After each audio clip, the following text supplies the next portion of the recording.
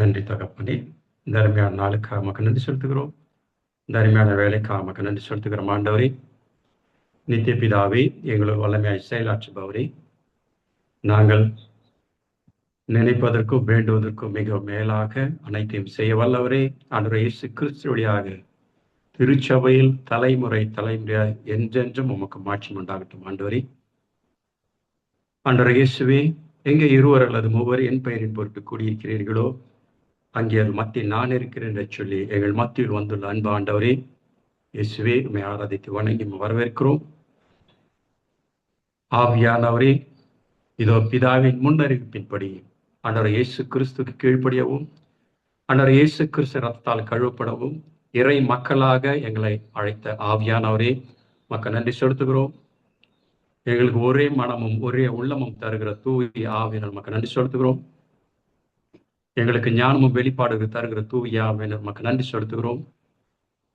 எங்கள் அனைத்தையும் கற்றுத்தருகிற ஆவியானவரே, ஆண்டவர் இயேசு கிறிஸ்து கூறி அனைத்தும் எங்களுக்கு நினைப்பூட்டுகிற தூய ஆவி நமக்கு நன்றி செலுத்துகிறோம். ஆவியானவரை என்னை முற்றிலுமா மூடிக்கொண்டு என்னை மறைத்து கொண்டு என் எண்ணங்கள், நினைவுகள், சிந்தனை அனைத்தும் பரிசுத்த அர்ப்பணிக்கிறோம். இதோ கடவுளை பற்றி அறிவிக்க எதிராக தலை தூக்குகிற எல்லா மேட்டுமையான எண்ணங்கள், எல்லா குதர்க்கவாதங்கள், எல்லா அரண்களையும் ஆண்டவர் இயேசுவின் நாமத்தினால் நிர்மூலமாக்குகிறோம் ஆண்டவரே. எங்கள் ஒவ்வொரு எண்ணங்களையும், நினைவுகளையும், சிந்தனையும் ஆண்டவர் இயேசு கிறிஸ்து எண்ணங்களுக்கு கீழ்ப்படுமாறு கட்டாயப்படுத்துகிறோம் ஆண்டவரே. எங்கள் வாழ்வில் நாங்கள் பேசிய, நினைத்த, சிந்தித்த, எங்கள் வாழ்வை குறித்து சாத்தானின் கரங்கள் எல்லா காரியங்களும் ஆண்டவர் இயேசு கிறிஸ்து பரிசுத்த பெயரால் சுட்டெடுத்து சாம்பல் ஆக்குகிறோம் ஆண்டவரே. ஆண்டவரே, நாங்கள் கேட்கிற காதுகளையும் காண்கிற கண்களையும் உணர்கிறது இருந்த இந்த நாளிலே பெற்று உலகின் ஒளியாக, உலகின் உப்பாக, கிறிஸ்துவின் உண்மையில சீடராக வாழ இயேசுவின் வல்லமையில நாமத்தினால் எங்கள் ஒவ்வொருடைய பரிசுத்த பாதத்தில் அர்ப்பணிக்கிறோம். எங்கள் எப்பொழுதும் நேசிக்கிற அன்பு பிதாவே, ஆமீன், ஆமீன், ஆமீன். முதல்ல ஒரு கேள்வியோட நான் ஆரம்பிக்கலாம்னு நினைக்கிறேன். ஆண்டவராகிய இயேசு இந்த பூமிக்கு எதுக்காக வந்தார்? ஆண்டவராகிய இயேசு இந்த பூமிக்கு எதற்காக வந்தார்? அன்மிட் பண்ணி சொல்லலாம். நிறைவேற்றுறதுக்கு. கடவுளின் திருவுளம் நிறைவேற்ற. சூப்பர். அடுத்தது சும்மா சொல்லுங்க, அவங்களுக்கு தெரிஞ்ச சொல்லுங்க, சரிங்களா? நம்ம பாவத்திலிருந்து நம்மை மீட்க வந்தாரு. 2. அடுத்தது தூயாவியை பெற்றுத்தருவதற்கு. தூயாவை பெற்றுத்தர. சூப்பர். அடுத்தது சும்மா சொல்லுங்க, பேசுங்க. உங்களுக்கு என்ன தெரியும், நம்ம எல்லாம் தெரிஞ்சுக்கலாம் இல்லையா? ஒருத்தருக்கு தெரிஞ்ச கருத்து இன்னொருத்தர் தெரிஞ்சுக்கலாம். புரியுதுங்களா? நம்ம ஒரு கற்றுக்கொண்டு இருக்கிறோம். சொல்லுங்க. பாவத்திலிருந்து மீட்க. அடுத்தது பாவங்களை மன்னிக்க. பாவங்களை மன்னிக்க. ஓகே, 2 ஒண்ணுதான். பாவத்தை மீட்க, பாவங்களை மன்னிக்க. ஓகே. இன்னொரு முக்கியமான பாயிண்ட் வரலையே. நிலைவாழ்வையும் நிறைவாழ்வையும் அளிப்பதற்கு. நிலைவாழ்வு, நிறைவாழ்வு 2. நிறைவான வாழ்வு, நிலைவாழ்வு. Okay, okay. இயேசு சிறுச்சிலுவை பெற்று தந்த நிறைவான வாழ்க்கை பிளஸ் நிலையான வாழ்க்கை இல்லையா? Eternal life. ஓகே. அடுத்தது இன்னும் முக்கியமான பாயிண்ட் ஒன்று வர வேண்டியது இருக்கு, அதுதான் பார்க்கறேன். அழகையின் செயல்களை தொலைக்கிறது. அழகையின் செயல்களை தொலைக்கிறது. சூப்பர். அடுத்தது இது எல்லாமே அதுக்குள்ள வருது, சரிங்களா? எல்லாமே ஆண்டவர் செஞ்சார். இன்னொரு கருத்து வரணும். தந்தையின் கட்டளை நிறைவேற்ற. Super, super, super. அடுத்தது இயேசுவை போல நம்மளும் இந்த உலகத்துல வாழ்றதுக்கு. ஆமா, இயேசுவை போல நாமளும் வாழணும். Super, super. அடுத்தது இன்னும் முக்கியமான ஒரு பாயிண்ட் வர வேண்டியது இருக்கு.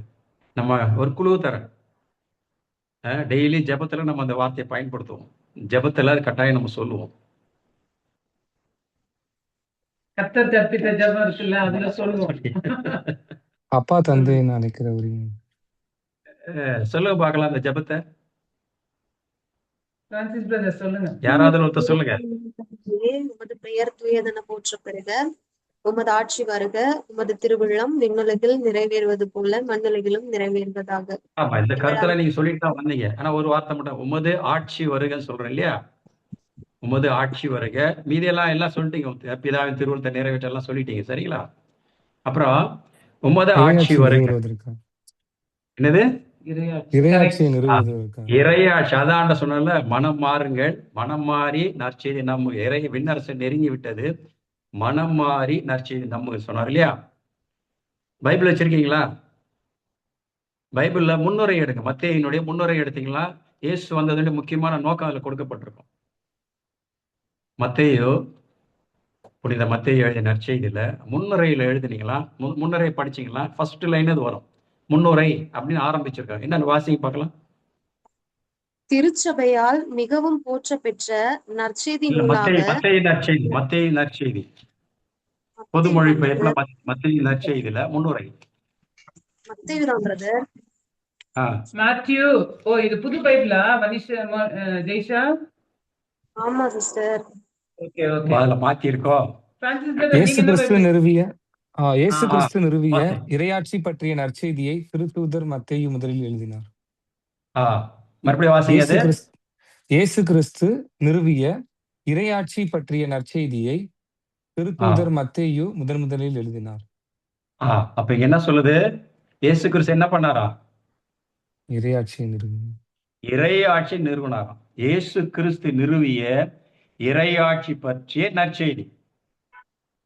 இப்போ இயேசு கிறிஸ்து இந்த பூமியில என்ன நிறுவ வந்தாரு? இறையாட்சி நிறுவ வந்தார் இல்லையா? அப்போ இயேசு கிறிஸ்து வந்தவருடைய முக்கிய நோக்கம் இறையாட்சி நிறுவ. மீதியில அதுக்குள்ள இருக்கிறது, சரிங்களா?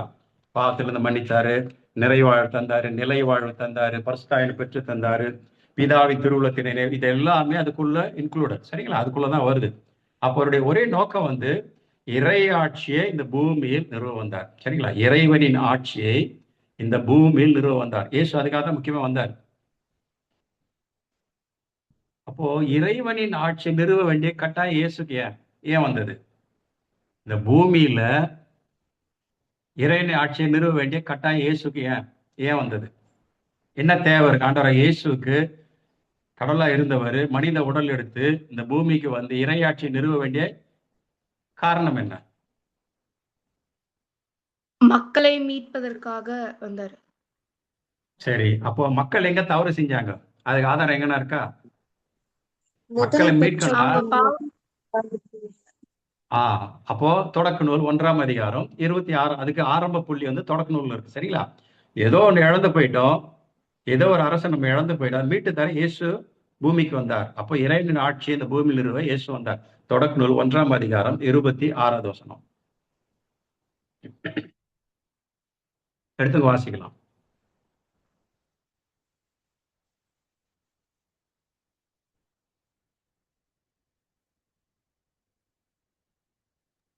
கொஞ்சம் குயிக்கா வாசிக்கலாம். எடுத்து வாசிங்க. கடவுள் மானிடரை நம் உருவிலும் நம் சாயலிலும் உண்டாக்குவோம். அவர்கள் கடல் மீன்களையும் வானத்து பறவைகளையும் கால்நடைகளையும் மண்ணுலகம் முழுவதையும் நிலத்தில் ஊர்வன யாவற்றையும் ஆளட்டும் என்றார். சூப்பர். இன்னொருத்தர் வாசிக்கலாம். இன்னொருத்தர் வாசிக்கலாம். கடவுள் மானிடரை நம் உருவிலும் நம் சாயலிலும் உண்டாக்குவோம்.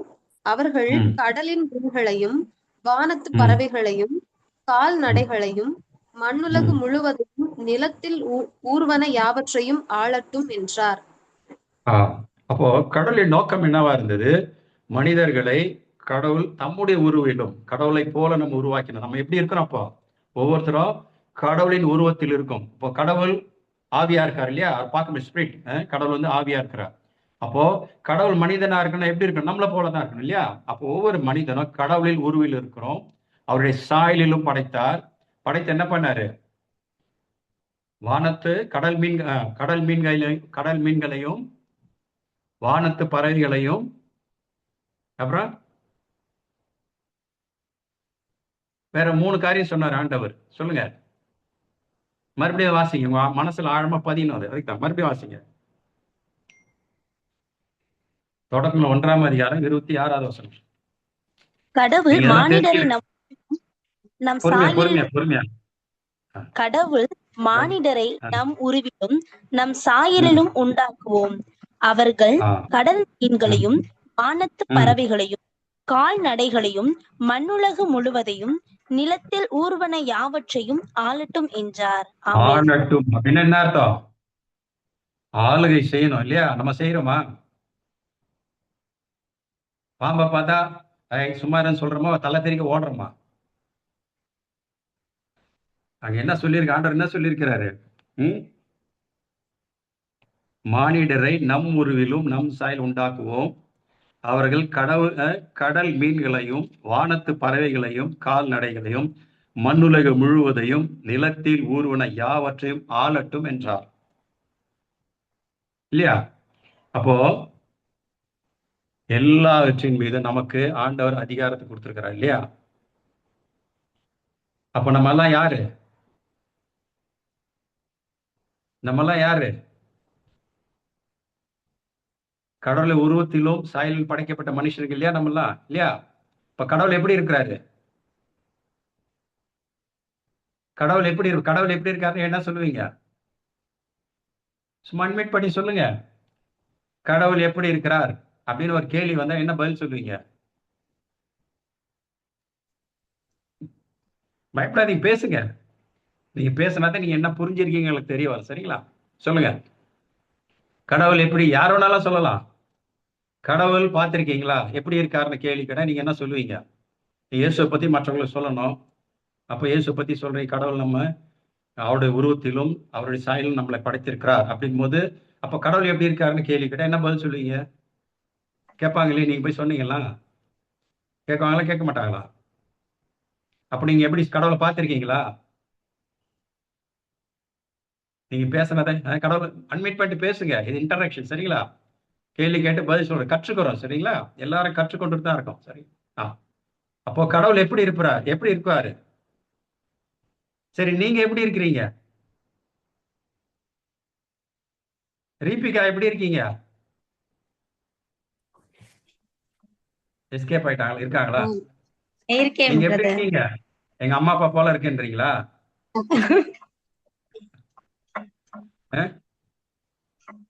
அப்புறம் ஜோஸ்னா எப்படி இருக்கீங்க? ஜீசஸ் கடவுள் கேட்டீங்களா? மாதிரி இருக்கும். சூப்பர் எல்லாம் கை தட்டுங்க. இப்ப ஜோஸ்னா எப்படி இருக்கிறாரு? கடவுள் எப்படி இருப்பா? இப்படிதான் இருப்பாங்க. சரியா? கடவுள் எப்படின்னா ஜோஸ்னா போலதான் இருப்பார். ஏன்னா அவருடைய உருவத்திலும் அவருடைய சாயலும் நம்ம படைத்திருக்கிறார் இல்லையா? அப்ப கடவுள் நம்ம ஒவ்வொரு போல இருப்பாரு இல்லைங்களா? நம்மளை போலதான் இருப்பாரு. புரியுதா? சூப்பர். அப்போ கடவுள் நம்மை அவருடைய உருவத்திலும் அவருடைய சாயலும் படைத்தார். கடல் மீன்களையும் வானத்து பறவைகளையும் பூமியில் ஊர்ந்து உலா எல்லாவற்றையும் ஆண்டு கொண்டு பூமி முழுவதையும் ஆளுகை செய்யணும்னு சொன்னார். அப்பெல்லாம் நம்ம எல்லாம் ஆள பிறந்தவர்கள். நம்மெல்லாம் யாரு? சொல்லுங்க. நம்மெல்லாம் யாரு? ஆள பிறந்தவர்கள். ஆள பிறந்தவர்கள். எதை ஆள பிறந்தவர்கள்? கடவுள் படைத்த எல்லாவற்றையும் நாம் ஆள பிறந்தவர்கள். மனசுல வச்சுக்கோமா? திருப்பாடல் 8ஆம் அதிகாரம் 6வது வசனம். கன்ஃபார்ம் பண்றது இன்னொரு இடத்துல மெசேஜ் இருக்கு. திருப்பாடல் 8ஆம் அதிகாரம் 6வது வசனம். உமது கை படைத்தவற்றை அவர்கள் ஆளும்படி செய்துள்ளீர். எல்லாவற்றையும் அவர்கள் பாதங்களுக்கு கீழ்ப்படுத்தி உள்ளீர். உமது கை படைத்த எல்லாவற்றையும் அவர்கள் ஆளும்படி செய்து நீர் படைத்த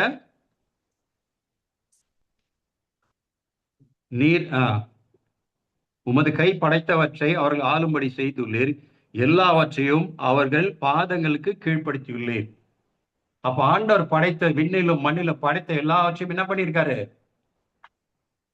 கடவுள் எதெல்லாம் படைச்சாரோ அதெல்லாம் நம்மை ஆலோசனை சொல்லியிருக்கிறாரு. அடுத்தது நம்முடைய பாதங்களுக்கு கீழ்ப்படுத்தியுள்ளார்.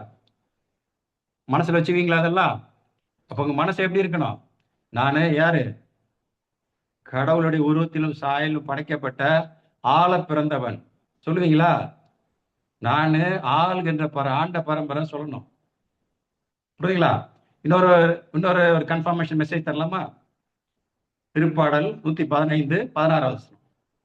திருப்பாடல் 115 16வது வசனம்.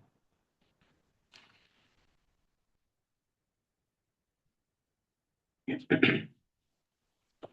விண்ணகமோ வாசிக்கலாம். ஆண்டவருக்கு உரியது, ம். மண்ணகத்தையோ அவர் ம். மானிடருக்கு வழங்கியுள்ளார். ஆமென். ஆ. அப்போ நம்ம பரலோகத்துல என்ன சொல்றோம்? பரலோக மந்தத்துல என்ன சொல்றோம்? பரலோகத்தில் உம்முடைய திருவுளம் நிறைவேற்றுவது போல பூலோகத்திலும் நிறைவேறுக சொல்றோம் இல்லையா? அப்போ விண்ணகத்தை யார் ஆட்சி செய்கிறது? விண்ணகத்தை யார் ஆளுகை செய்கிறது? கடவுள். கடவுள். இதை கடவுள். ஆ, விண்ணகம் வந்து கடவுளுடைய ஆட்சிக்கு உட்படுத்துது. மண்ணகம் யாருடைய ஆட்சிக்கு உட்பட்டது? மனிதர்கள். ஏசப்பா. ஆ, இல்ல, நம்ம நம்ம ஆட்சிக்கு உட்படுத்துது. எதுமா? ஆ, அப்போ மண்ணகம் வந்து நம்முடைய ஆட்சி. நம்ம இந்த மண்ணகத்தை ஆள பிறந்தவர்கள் இல்லையா? கடவுள் படைத்த எல்லாவற்றையும் நம்முடைய பாதங்களுக்கு கீழ்ப்படுத்தியுள்ளார். அவர் கை எதெல்லாம் படைச்சதோ அதெல்லாம் நம்முடைய பாதங்கள் கீழ்ப்படி நம்ம படிச்சிருக்கோம் இல்லையா?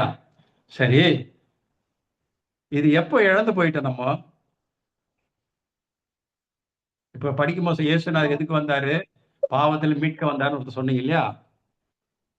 நம்ம பாவத்தில் மீட்க வந்தார், ரட்சிக்க வந்தான்னு சொன்னோம். அப்போ எப்போ நம்ம பாவத்தில் விழுந்துட்டோம்? அதுக்கு ஆதாரம் ஏதாவது இருக்கா? தொடக்க நூல் 3ஆம் அதிகாரம் 15வது வசனம். தொடக்க நூல் 3ஆம் அதிகாரம் 15வது வசனம். நம்முடைய பெரிய உனக்கும் பாட்டு. உனக்கும் வாசிக்கலாம். உனக்கும் பெண்ணுக்கும் உன் வித்துக்கும் அவள் வித்துக்கும் பகையை உண்டாக்குவேன். அவள் வித்து உன் தலையை காயப்படுத்தும், நீ அதன் குதிகாலை காயப்படுத்துவாய் என்றார். இது எப்ப நடந்த நிகழ்ச்சி? யாரை பார்த்து சொன்னது இது? ஏசப்பா வந்து ஆதாம் ஏவாள் அவங்கள பார்த்து சொல்லுவாங்க. அவங்க பாவம் செஞ்சப்போ கடவுள் அவங்களை பாம்பை பார்த்து சொன்னார் இல்லையா? அது பாம்பை பார்த்து ஆண்டவர் சொன்னது. ஏவாளுக்கு சொல்லியாச்சு. அடுத்தது ஆதாம் கிட்ட வந்தாரு. அதுக்கு அடுத்தது என்ன பண்ணாரு?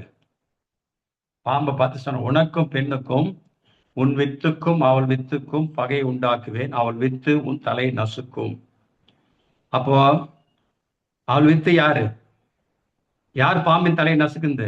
யாரு ஜெயிச்சது? பாம்பை. சாத்தானை யார் ஜெயிச்சது? சொல்லுங்க.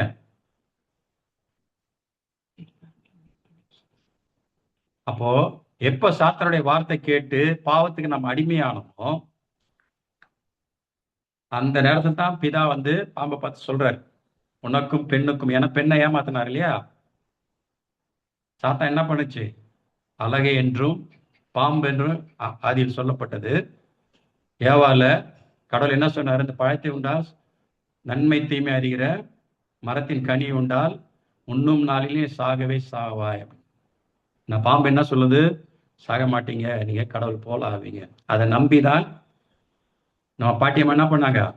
பழத்தை கண் பார்க்கறது ரொம்ப அழகா இருக்கு, சாப்பிட்றதுக்கு ரொம்ப ருசியா இருக்கு, அறிவை பெறுவதற்கு ஏற்றதுன்னு சொல்லி கையை நீட்டி பறிச்சு சாப்பிட்டாங்க. அப்புறம் நடந்ததெல்லாம் உங்களுக்கு தெரியும் இல்லையா? அந்த நிலையை தான் கடவுள் அப்போ ஆதாம் பார்த்து கேட்கும்போது என்ன சொல்றாரு? ஏன் அப்படி செஞ்சேன்னா, நீ தந்த பொண்ணு தான் எனக்கு கொடுத்துட்டா, நீ தந்த பெண்ணு பழத்தை கொடுத்தா நானும் சாப்பிட்டேன்னு. சரி, பெண்ணை பார்த்து ஆண்டவர் ஏவாளை பார்த்து பேசுவாரு, நீ ஏன் அப்படி செஞ்சேன்னா, பாம்பு என்னை வஞ்சித்து விட்டு ஏமாத்திருச்சு, அதனால சாப்பிட்டேன்னு. அப்போதான் ஆண்டவர் பாம்பை பார்த்து சபிப்பார் இல்லையா? உனக்கும் பெண்ணுக்கும் உன் வித்துக்கும் அவள் வித்துக்கும் பகையை உண்டாக்குவேன், அவள் வித்தும் தலை நசுக்கும். அப்போ அவள் வித்தாகிய மண்ணை மரல் வித்தாகிய ஆண்டவர் இயேசு சாத்தானை ஜெயித்தார் இல்லையா? ஜெயித்தார் இல்லையா? எங்க ஜெயிச்சார் இயேசு? எந்த இடத்துல சண்டை நடந்தது? முகலாய பேரரசுல பானிபட்ல பாபர் அக்பருக்கு போர் நடந்தது ஏதாவது நடந்ததா? இல்ல ஆங்கிலேயருக்கும் மற்றவங்க நடந்தது? இப்போ வார் நடந்துட்டு இருக்கு இல்லையா? அந்த மாதிரி ஏதாவது வார் நடந்தா? எங்க சண்டை போட்டாங்களா? இயேசு எப்படி சாத்தானை ஜெயித்தார்? சிலுவையில இருந்து இயேசு எங்கேயுமே சண்டை கத்திட்டாங்கன்னா சண்டை போட்டிருக்காரா? இல்ல தாவீது மாதிரி கோலியாத்தை கல்ல வச்சு அடிச்சாரா? இல்ல இல்லையா? ஆச்சரியமா இருக்குல்ல? இயேசு ஆண்டவரை அடிச்சு தொங்க விட்டாங்க இல்லையா? சிலுவையில் அறையப்பட்டார். ஆனா இயேசு வெற்றி பெற்றார்னு போட்டிருக்கு இல்லையா? அப்படித்தானே போட்டிருக்கு. அப்போ இயேசு சிலுவையில் எதையெல்லாம் வென்றார் அப்படின்னு சொல்லிட்டு அதுக்கு ஒரு ஆதாரம் நமக்கு இருக்கு. கொலைசேர்ல 2ஆம் அதிகாரம் 14, 15 வசனங்கள் வாசித்தீங்கன்னா நீங்க அதை பிடிச்சிருவீங்க. கொலேசியர் 2ஆம் அதிகாரம் 14, 15 வசனங்கள்.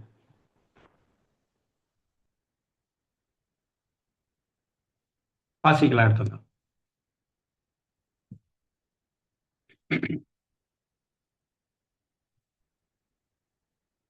நான் சொல்றது புரியுதா? புரிஞ்சுக்க முடியுதா? தனக்கு எதிரான ஆ. ம். ஒப்பந்த விதிகள் பல கொண்ட கடன் பத்திரத்தை அவர் அழித்து விட்டார். அதை ம். சிலுவையில் வைத்து ஆணி அடித்து ம். அறவே ஒழித்து விட்டார். தம் ஆ. சிலுவையினால் கிடைத்த வெற்றியால் ம். ஆட்சியாளர், அதிகாரம் கொண்டோர் ஆகியோரின் படைக்கலன்களை கிறிஸ்து பிடுங்கிக் கொண்டு அவர்களை ம். இகழ்ச்சிக்குள்ளாக்குமாறு ஊர்வலமாக இழுத்து சென்றார். ஆ. புரியுதுங்களா?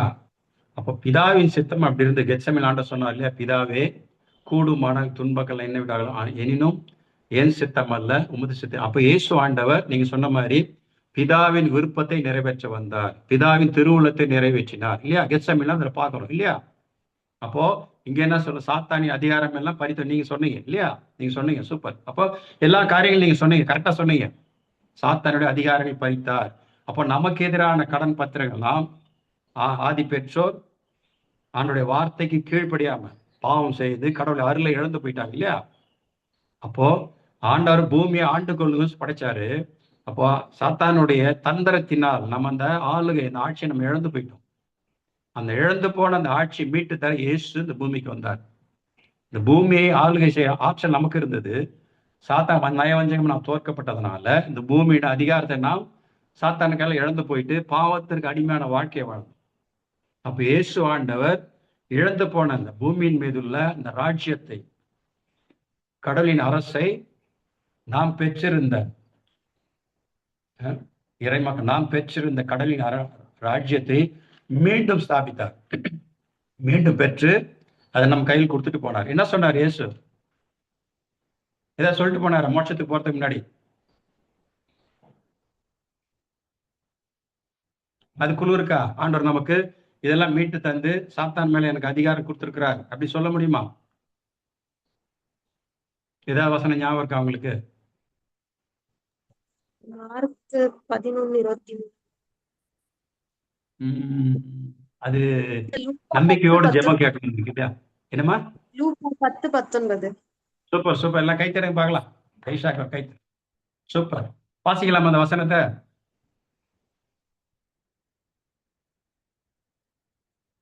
வாசிங்க.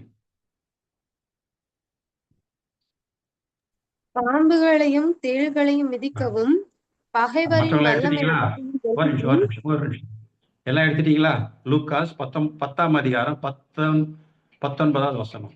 லூக்காஸ் 10ஆம் அதிகாரம் 19வது வசனம். இப்ப வாசிக்கலாம்.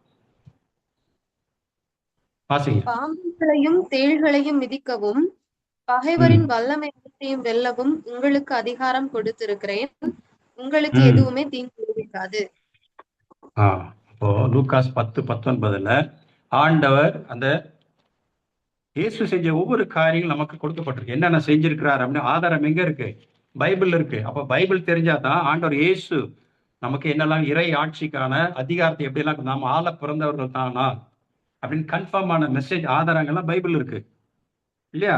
அப்ப பைபிள் தெரிஞ்சாதான் அந்த காரியங்கள்லாம் தெரியும். அப்ப ஜெய்சா கரெக்டா சொன்னா அப்படி அந்த மாதிரி. அப்போ மறுபடியும் ஒருத்தர் வாசிக்கலாமே? அன்மியூட் பண்ணிட்டு வாசிங்க, யாரும் வேணாலும் வாசிக்கலாம்.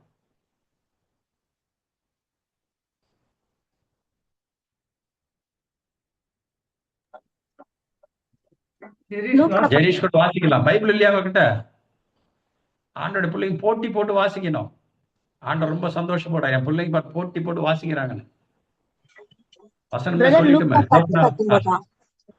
10:19 லூகாஸ். பாம்புகளையும் தேள்களையும் மிதிக்கவும் பகைவரின் வல்லமை அனைத்தையும் வெல்லவும் உங்களுக்கு அதிகாரம் கொடுத்திருக்கிறேன். உங்களுக்கு எதுவுமே தீங்கு விளைவிக்காது. பாருங்க, பாம்புகளையும் தேள்களையும் மிதிக்கவும். ரீபிகா சொல்லும் போது டைரக்டா மிதிக்கிற மாதிரி தெரியுது யாரையும். பாம்புகளையும் தேள்களையும் ஒரு சின்ன கேப் விட்டு ஒரு மிதிச்சு தான் வெளியே வர. அப்படி பாம்புகளையும் தேள்களையும் மிதிக்கவும் ஒரு மிதிச்சிட்டாங்க. சரியா? மிதிக்கவும் பகையின் வல்லமை அனைத்தும் சாத்தானுடைய அதிகாரம் அனைத்தையும் வெல்ல நமக்கு அதிகாரம் அவைகளால் ஒரு தீங்கும் நமக்கு செய்ய முடியாது. சாத்தான ஏதாவது பேய் பிசாசு நமக்கு ஏதாவது செய்ய முடியுமா? மந்திரங்கள் மாயங்கள் ஏதாவது நமக்கு செய்யுமா? ஒண்ணுமே செய்ய முடியாது. சரியா? ஏன்னா அது எல்லாம் என்ன பண்ண ஆண்டவர் நம் காலின் கீழ் வச்சிருக்கிறார் இல்லையா? ஆண்டவர் எதெல்லாம் ஆண்டவர் கைப்படுத்த எல்லாவற்றையும் நம் பாதங்கள் கீழ்படி. அப்ப எதுக்குமே நீங்க பயப்படக்கூடாது.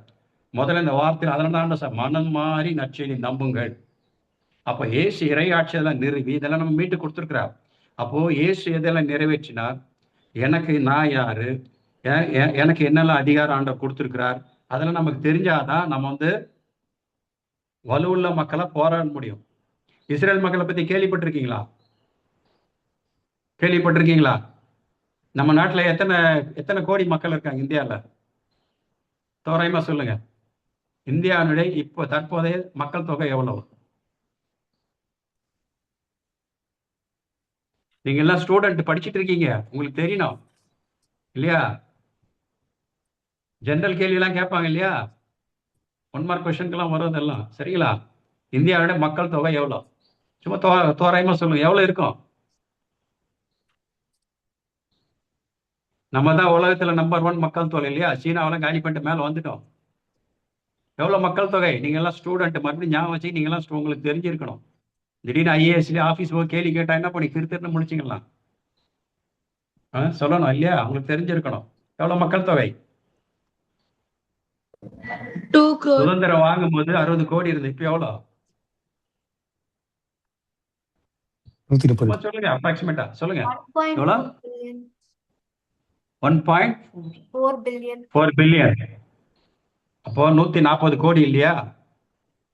1.4 பில்லியன். ஒரு பில்லியன் 100 கோடி. 0.4னா 400 கோடி. சாரி 40 கோடி. அப்போ 140 கோடி மக்கள் தொகை கொண்டது இந்தியா. சரி, நம்ம நாடு எத்தனை கோடி மக்கள்? 140 கோடி. கடற்கரை மணலை போல பெருகி இருக்கும். இஸ்ரேல் மக்கள் எவ்வளவு பேர் இருக்காங்க?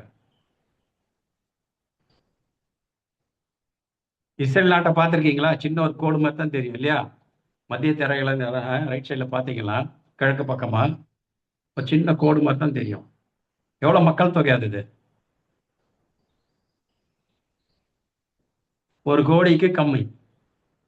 எவ்வளவு மக்கள் தொகை அவங்க? 1 கோடிக்கு கம்மியா தான் இருக்காங்க.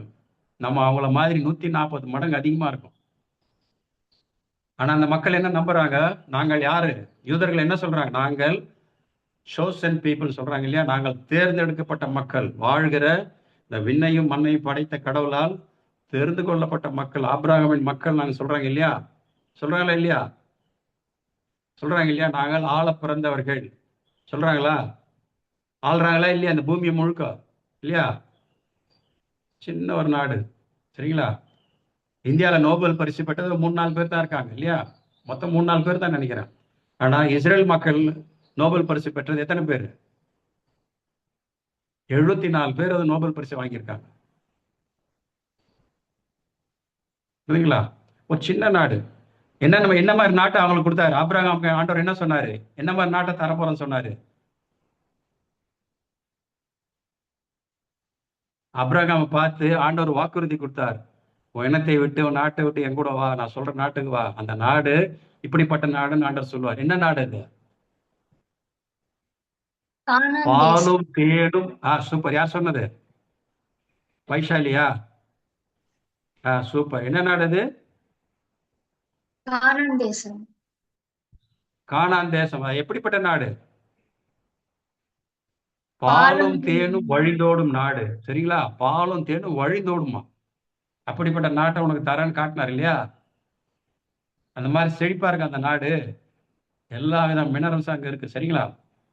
எல்லா ஸ்டார்ட் அப் கம்பெனி, எல்லா கார்ட்டூன்லாம் அங்கதான் உருவாக்குறாங்க. உலகத்துல நடக்க கார்ட்டூன் மூவி எல்லாம் அங்கதான். 95% கார்ட்டூன் மூவி அங்க உருவாக்குறாங்க. ஆனா அவங்க பிள்ளைங்க எல்லாம் கார்ட்டூன் பார்க்க கூடாதுன்னு பேன் பண்ணி வச்சிருக்கிறாங்க. நம்ம பாக்குறோமா இல்லையா கார்ட்டூன்லாம்? நானே பாக்குறேன். சரிங்களா? அவங்க பிள்ளைங்களும் பாக்குறாங்க. சரிங்களா? பாக்குறது ரொம்ப சுவாரஸ்யமா இருக்கு இல்லையா? என்ன ஜோஸ்னா, நீங்களாம் கார்ட்டூன்லாம் பாப்பீங்களா, பார்க்க மாட்டீங்களா? டாம் அண்ட் ஜெரி எல்லாம் பாக்குறீங்கல்ல? பாக்குறீங்களா? ஆமா. ஆனா பாக்குறோம். சூப்பர். ஆனா அவங்க நாட்டுல அவங்க நாடு தான் தயாரிக்க 96 உலகத்துல இருக்கிற கார்ட்டூன் மூவி எல்லாம் 95% அந்த நாடு தான் தயாரிக்குது. ஆனா அந்த நாட்டுல அதை வந்து ஒளிபரப்ப கூடாது, பேன் பண்ணியிருக்காங்க. ஏன் பேன் பண்ணியிருக்காங்க சொல்லலாமா? கார்ட்டூனை பார்க்க கூட இஸ்ரேல் மக்களுக்கு பேன் பண்ணியிருக்காங்க. எதனால? ஒரு கருத்து சொல்லலாம், பார்க்கலாம்.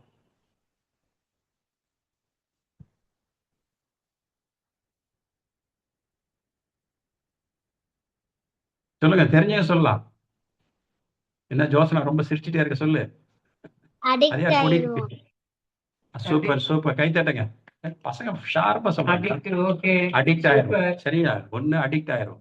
அடுத்து அடிக்ட் ஆகிறதா என்ன ஆகுது? என்ன ஆகும்? அதே செல்போனே பார்த்துட்டு இருக்கும்போது அதை பார்க்காம நம்மள இருக்கவே முடியாது இல்லையா? எப்பவுமே இதை பார்த்துட்டே இருக்கிற மாதிரி ஒரு அடிக்ஷன். சூப்பரா சொல்றாங்க, போதை. தமிழ்ல சொன்னா போதை, போதைக்குள்ள அதே பார்த்துட்டு இருக்க போல மனசுல இருந்துட்டு பார்க்காம நம்ம இருக்க முடியாத நிலை தான் அடிக்ஷன். சரி, எதனால பார்க்கக்கூடாதுன்னு சொல்றாங்க? அடிக்ஷன் ஆகிடும், என்ன ஆகும்? சரியா படிக்க மாட்டோம், புத்தி வேலை செய்யாதான். புரியுதா? அவங்களுக்கு வந்து புத்தி சரியா வேலை செய்யாதான், இன்டலெக்சுவல் பாதிக்கும் அப்படின்னு சொல்லிட்டு என்ன பண்றாங்க, அந்த மைண்ட் ஷார்ப்னஸ் போயிருந்துட்டு பிள்ளைங்களை பார்க்கக்கூடாது நிறுத்துறாங்க. அவங்க தான் உருவாக்குறாங்க. உலகத்தில் நடக்கிற எல்லா ஆராய்ச்சியும் அங்கதான் நடக்குது. சொட்டு நீர் பாசனம் அங்கதான் நடக்குது.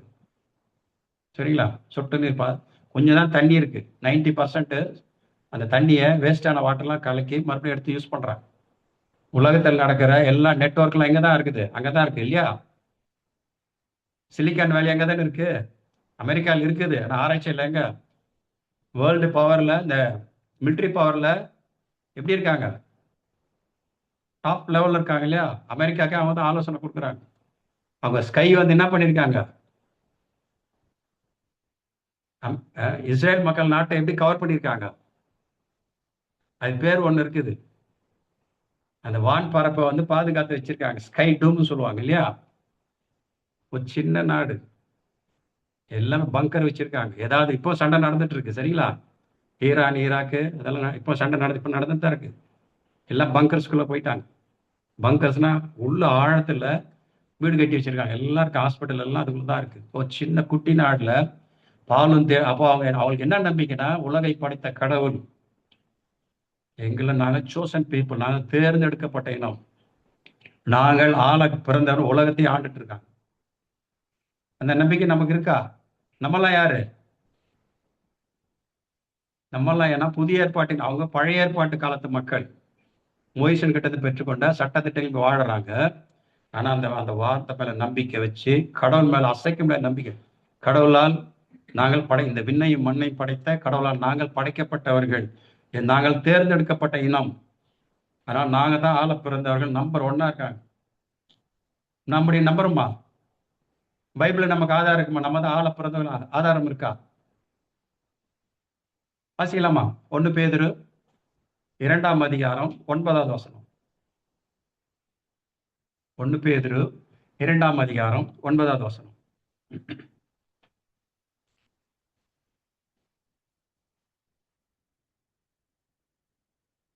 எடுத்து வாசிக்கலாம். மியூட்ல இருக்கமா?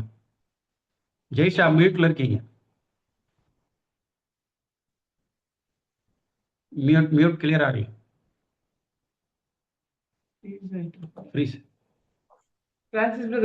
வாசிங்க.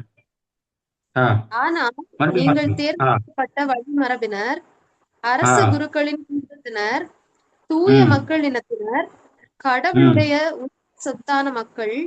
எனவே உங்களை இருளினின்று தமது வியத்தகு ஒளிக்கு அழைத்துள்ளவரின் மேன்மை மிக்க செயல்களை அறிவிப்பது உங்கள் பணி. வார்த்தை நமக்கு என்ன சொல்லுது? நம்மளை பார்த்து, நீங்கள் தேர்ந்தெடுக்கப்பட்ட மரபினர், வழி மரபினர். நம்மளாம் யாரு? சோசன் பீப்புள் சொல்றாங்க இல்லையா? தேர்ந்தெடுக்கப்பட்ட வழி மரபினர், பரம்பரை நம்ம தேர்ந்தெடுத்திருக்கிறார். அடுத்தது அரச குருக்களின் கூட்டத்தினர். இன்னொருத்தர் வாசிக்கலாம். யாரெல்லாம் சொல்ற வார்த்தை ஒண்ணு ஆழமா பதிஞ்சு நீங்க துணிச்சலோட செயல்படலாம். சரிங்களா? நீங்க தான் நம்பர் 1 இருக்கணும். புரியுங்களா? நீங்க எந்த ஃபீல்டில், எப்படி இஸ்ரேல் மக்கள் நாங்கள் தேர்ந்தெடுக்கப்பட்ட இன்னும் ஆள பிறந்தவர் சொல்லி எல்லா ஃபீல்டுல அவங்க தான் நம்பர் 1 இன்னைக்கு. புரியுதுங்களா? நீங்க யூடியூப்ல பாத்தீங்களா, எல்லாமே இருக்கும். எந்தெந்த ஃபீல்டுல டாப்ல இருக்க எல்லா ஃபீல்டும் டாப். எல்லா ரிசர்ச் அவங்க தான் செய்யறாங்க. சின்ன பிள்ளைங்கள்லேருந்தே படிப்பாங்க, நிறைய படிக்கிறாங்க. ஸ்பைல நம்பர் 1 அவங்க இல்லையா, மொசாத் இல்லையா? கடந்த ரெண்டு வருஷம் மேல போராடிட்டு 2.5 வருஷமா சண்டை போட்டு தான் இருக்காங்க. சுத்தி எல்லா நேரம் அடிக்கிறாங்க. ஆனா இன்னும் சண்டை போட்டு தான் இருக்காங்க. அவங்களை யாருன்னா ஜெயிக்க முடியுதா? ஜெயிக்க முடியல. அப்போ மிலிட்டரியில அந்த அளவுக்கு பவரா இருக்காங்க. அயன் டூம்னு சொல்லிட்டு அவங்க வான்வெளியை பரப்ப பாதுகாக்கிறாங்க. எந்த ஏவுகணை அவங்க வான்வெளி பரப்புக்குள்ள வந்துட்டாவே இங்கிருந்து ஏவுகணை போட்டு அடிச்சிருவாங்க. எல்லா விதமான ஏவுகணையும் வச்சிருக்காங்க. சின்னல இருந்து பெருசு இருக்கும். பெரிய பெரிய மிசைல் வந்தாலும் அட்டாக் பண்ணிடுறாங்க. சரிங்களா? அப்போ அந்த அளவுக்கு பவர் வச்சிருக்காங்க. கிட்டத்தட்ட 2.5 வருஷமா போராடிட்டு இருக்காங்க. இன்னும் சண்டை போற துணிச்சலோட இருக்காங்க. பெரிய ஆச்சரியமா இருக்கு, எப்படி அவங்களாம் நிக்க முடியும். நம்ம இந்தியா கூட இந்தியா பாகிஸ்தான் ஒரு 4 நாள் சண்டை நடந்தது. உடனே ஸ்டாப் நிறுத்திக்கிட்டாங்க இல்லையா? போதும் நாடு தாக்க பிடிக்காது இல்லையா? உக்ரைன் ரஷ்யால 2.5 வருஷம் பக்கம் போராடிட்டு இருக்காங்க. ஆனா மற்ற நாடுகளும் சப்போர்ட் பண்ணிட்டு. இப்போ இஸ்ரேல் ஒரு குட்டி நாடு, 1 கோடி மக்களுக்கு கம்மியா தான் இருக்காங்க. கிட்டத்தட்ட ஒரு 2.5 வருஷமா போராடிட்டு அடிச்சுட்டு தான் இருக்காங்க. ஒவ்வொரு மிசைலினுடைய காஸ்ட் பயங்கரமான காஸ்ட். அதெல்லாம் இருந்தாலும் நம்பர் 1 எல்லாத்துலயும் இருக்காங்க. ஏன்னா அவங்களுக்கு நம்பிக்கை என்னன்னா, விண்ணையும் மண்ணையும் படைத்த கடவுளால் தேர்ந்தெடுக்கப்பட்ட இனம் நாங்கள் ஆள பிறந்தவர்கள். ஸோ எல்லாத்திலையும் நம்பர் 1 இருக்கணும். அவங்க நம்புறாங்க, செயல்படுறாங்க. 1 கோடி மக்கள் தான் கம்மி தான் இருக்காங்க. சின்ன நாடு, ஆனா கடவுளால் வாக்களிக்கப்பட்ட நாடு. பாலும் தேனும் வழிந்தோடும் நாடு, கடவுளால் வாக்களிக்கப்பட்ட நாடு. அந்த மக்கள் அப்படி நம்புறாங்க, அப்படி வாழறாங்க, நம்பர் 1 இருக்கிறாங்க. நம்ம அதை கண்கூட பார்க்கணும் இல்லையா? கடந்த 2000 வருஷமா பார்த்து 2000 அப்ரஹாம் கணக்கு 4000 வருஷமா அந்த மாதிரி வாழ்ந்துட்டு இருக்காங்க. ஏறக்குறைய 4000 வருஷம் வேற எந்த இனமும் அந்த மாதிரி வாழல. அப்போ அவங்களுக்கு ஒரே நம்பிக்கை என்னன்னா, விண்ணையும் மண்ணையும் படைத்த கடவுளால் தேர்ந்தெடுக்கப்பட்ட இனம் நாங்கள், சோசன் பீப்புள். அப்போ நம்ம புதிய ஏற்பாட்டு கால மக்கள், கடவுளுடைய ஆலயமா இருக்கும் இல்லையா? கடவுளால் தேர்ந்தெடுக்கப்பட்ட வழி மரபினர், அரச குருத்துவ குல கூட்டத்தினர், தூய மக்களின் இவ்வளவு காரியங்கள் ஆண்ட சொல்றாரு இல்லையா? அப்ப நீ நம்பலாமா? நான் ஆள பிறந்தவன். அப்போ நான் ஆள பிறந்தவன் சொல்ல முடியுமா? சொல்லுங்க. நான் இந்த பூமியை ஆள பிறந்தவன் சொல்லுங்க பாப்போம். சொல்லுங்க, வாக்குறுதி பண்ணுங்க. ஆண்டவர் கேட்கிறாருல்ல. 1 பேதுரு 2ஆம் அதிகாரம் 9வது வசனம் எல்லாம் எடுங்க. 1 பேதுரு எல்லாம் அன்மீட் பண்ணுங்க. 1 பேதுரு 2ஆம் அதிகாரம் 9வது வசனம் எல்லாரும் அறிக்கை பண்ணலாமா? ஆண்டவர் என்ன சொல்றாருல்ல? மத்தேயு 18ஆம் அதிகாரம் 19 வசனம், உங்களில் இருவர் மண்ணுலகில் தாங்கள் வேண்டுவது எதை குறித்தும் மனம் ஒத்திருந்தால் அது என் விண்ணக தந்தையால் அவர்களுக்கு அருளப்படும். மத்தேயு 18ஆம் அதிகாரம் 19 வசனம் இப்படி சொல்லுது, உங்களில் இருவர் மண்ணுலகில் தாங்கள் வேண்டுவது எதை குறித்தும் மனம் ஒத்திருந்தால் அது என் விண்ணக தந்தையால் அவர்களுக்கு அருளப்படும். எத்தனை பேர் இருக்கும்? ஏறக்குறைய 16 பேர் இருக்கும். ஒத்த குரலை சொன்னா என்ன ஆகும்? விண்ணக தந்தை நம்ம தருவாரா, தரமாட்டாரா? வேணா அந்த வாசனம் மட்டும் வாசிக்கலாம். மத்தேயு 18ஆம் அதிகாரம் 19 வசனம் யாருன்னா வாசிங்க. அறிக்கை செய்யலாம் சேர்ந்து. அது பேர் அக்ரிமெண்ட் பிரேயர். மத்தேயு 18ஆம் அதிகாரம் 19வது வசனம் வாசிக்கலாம். எடுத்து வாசிக்கலாம். வாசிங்க, எடுத்து வாசிங்க. மண்ணுலகில் தாங்கள் வேண்டும் எதை குறித்தும் மனமுத்திருந்தால் விண்ணுலகில் இருக்கும் என் தந்தை அதை அவர்களுக்கு அருள்வார். போதும். வசனம் என்ன சொல்லுது? உங்களில் இருவர். இங்க எத்தனை பேர் இருக்கும்? 16 பேர். வசனம் என்ன சொல்ல? உங்களில் இருவர் தாங்கள் வேண்டுவது எதை குறித்து மனம் ஒத்திருந்தால், ஒரே மனமா நம்ம ஜெபித்தால் அது விண்ணக தந்தையால் நமக்கு அருளப்படும். அருளப்படுமா படாதா? வசனம் நம்பலாம் இல்லையா? ஆண்ட சொல்ல, விண்ணும் மண்ணும் ஒழிந்து போய் என் வார்த்தைகள் ஒழியவே ஒழிய எல்லாம் நிறைவே ஆண்ட சொல்லியிருக்காரு இல்லையா? விண்ணும் மண்ணும் ஒழிந்து போய் என் வார்த்தைகள் ஒழியவே ஒழிய. பூமியோ வானமோ எல்லாம் அழிஞ்சு போயிடும். ஆனா இயேசு கிறிஸ்து சொன்ன வார்த்தை எதுவுமே எல்லாம் நிறைவேறும் சொல்லு. அப்போ இந்த வார்த்தை அறிக்கை இல்லாமா? 1 பேதுரு 2:9 எடுக்கலாம். எல்லாம் சேர்த்து 16 பேர் சொன்னா அது அப்படியே ஆண்டவர் தருவார் நமக்கு. வாசிக்கலாம் எல்லாரும் ஒரே நேரத்துல. நாங்கள் தேர்ந்தெடுக்கப்பட்ட வாசிங்க. நீங்கள் அதே இருக்கிறதே வாசிங்க. நீங்கள் நீங்கள் தேர்ந்தெடுக்கப்பட்ட வழிமரபினர், அரச குருக்களின் கூட்டத்தினர், தூய மக்களினத்தினர், அவரது உரிமை சொத்தான மக்கள். அது போதும், அது மட்டும் போதும். சரியா? இப்போ நான், நீங்கள் சொல்வது நான் கூட சொல்ற மாதிரி, நான் தேர்ந்தெடுக்கப்பட்ட வழிமரபினர், அரச குருக்களின் கூட்டத்தினர், தூய மக்களினத்தினர், அவரது உரிமை சொத்தான மக்கள். போதும். அப்போ வசனம் என்ன சொல்லுது? உங்களில் இருவர் மண்ணுலகில் தாங்கள் வேண்டுவது எதை குறித்து மனம் ஒத்திருந்தால் அது என் விண்ணக தந்தையால் அவர்களுக்கு அருளப்படும். மார்க் 11:24 சொல்லுது, நீங்கள் ஜெபத்தில் எதெல்லாம் கேட்டீர்கள் பெற்றுக்கொண்டு நம்புங்கள், அது அப்படியே நடக்கும். அப்ப விண்ணக தந்தையின் தேர்ந்தெடுக்கப்பட்ட மரபினர் நம்ம நம்பலாமா? ஆமேன் சொல்லுங்க. நீங்கள் தேர்ந்தெடுக்கப்பட்ட வழி மரபினர். ஆமேன் சொல்லுங்க. நீங்க நீங்கள் அரச குருக்களின் கூட்டத்தினர். சொல்லுங்க. ஆமேன் சொன்னீங்களா? அப்படியே ஆயிரும். ஆமா, நீ சொல்லணும். எல்லாம் சரிங்களா? அக்செப்ட் பண்ணுங்க. ஆமென் சொல்லுங்க. தூய மக்களினத்தினர், ஆமென். அவரது உரிமை சொத்தான மக்கள்.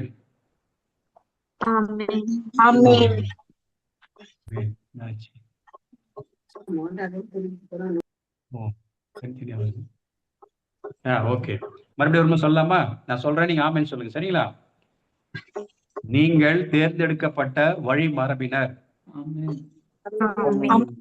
ஆமென், அரச குருக்களின் கூட்டத்தினர், தூய மக்களினத்தினர்,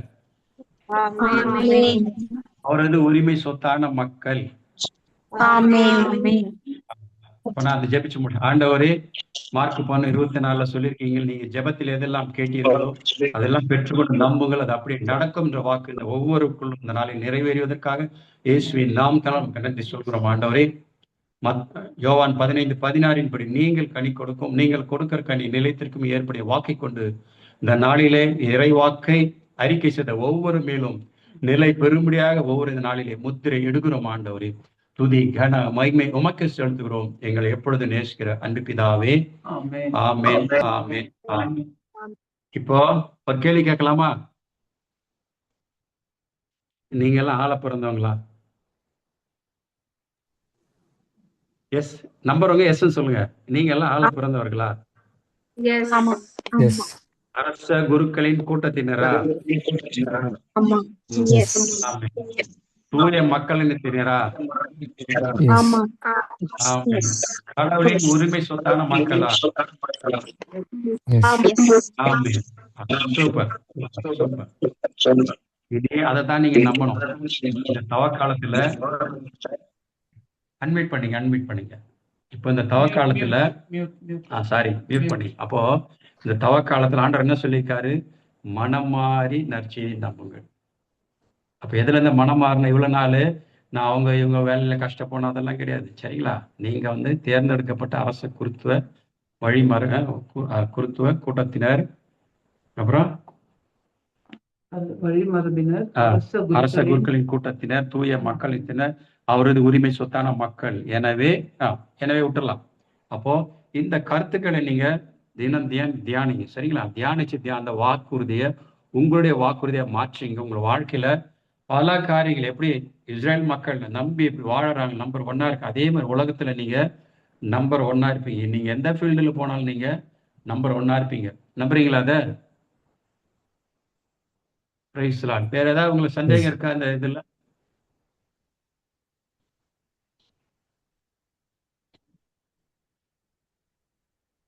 வேற ஏதாவது சந்தேகம் இருக்கா?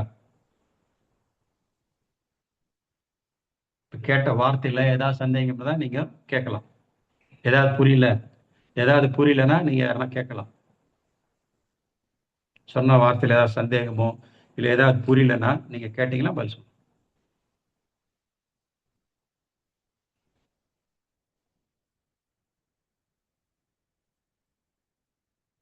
ஓகே, கண்களை மூடுங்க. நன்றி ஆண்டவரே, இந்த அருமையான நாளுக்காக நன்றி செலுத்துகிறோம். இந்த அருமையான வேலைக்காக நமக்கு நன்றி செலுத்துகிறோம் ஆண்டவரே. 18 வசனத்தின்படி, எங்கே உங்களில் ஒருவர் மண்ணுலகில் தாங்கள் வேண்டுவது எதை குறித்து மனம் ஒத்திருந்தால் அது என் விண்ணக தந்தையால் அவர்கள் அருளப்படும். ஏனெனில் எங்கே இருவர் அல்லது மூவர் என் பெயரின் பொருட்டு கூடியிருக்கிறீர்களோ அங்கே அது மத்தியில் நான் இருக்கிறேன் சொல்லி எங்கள் மத்தியில் வந்துள்ள அன்பாண்டவரே, இதோ நாங்கள் அறிக்கையிட்ட 1 பேதுரு 2:9 இந்த நாளிலே ஒவ்வொரு வாழ்வில் நிலை பெற்றதற்காக அந்த இயேசுவின் நாமத்தில் நன்றி செலுத்துகிற தகப்பனே. மார்க் 11:24 படி நீங்கள் ஜெபத்தில் எதெல்லாம் கேட்டீர்களோ அதையெல்லாம் பெற்றுக்கொண்டோம், நம்புங்கள், அது அப்படியே நடக்கும் என்ற வாக்கு இந்த நாளிலே கலந்து கொண்ட ஒவ்வொரு பிள்ளைகளுக்குள்ளும் நிறைவேறுவதற்காக இயேசுவின் நாமத்தில் நமக்கு நன்றி செலுத்துகிறோம் ஆண்டவரே. யோவான் 15:16 படி நீங்கள் கனி கொடுக்கும், நீங்கள் கொடுக்கிற கனி நிலைத்திற்கும் ஏற்படுத்திய வாக்கை கொண்டு இந்த நாளிலே வார்த்தையில அறிக்கையிட்ட ஒவ்வொரு பிள்ளைகளின் நாளிலே செய்கிறோம் ஆண்டவரே. துதி கன மகிமை ஆண்டவரட்ச இயேசுவின் நாமத்தில் ஜெபிக்கிறோம் எங்கள் எப்பொழுது நேசிக்கிற அன்பு பிதாவே. ஆமேன், ஆமேன், ஆமேன்.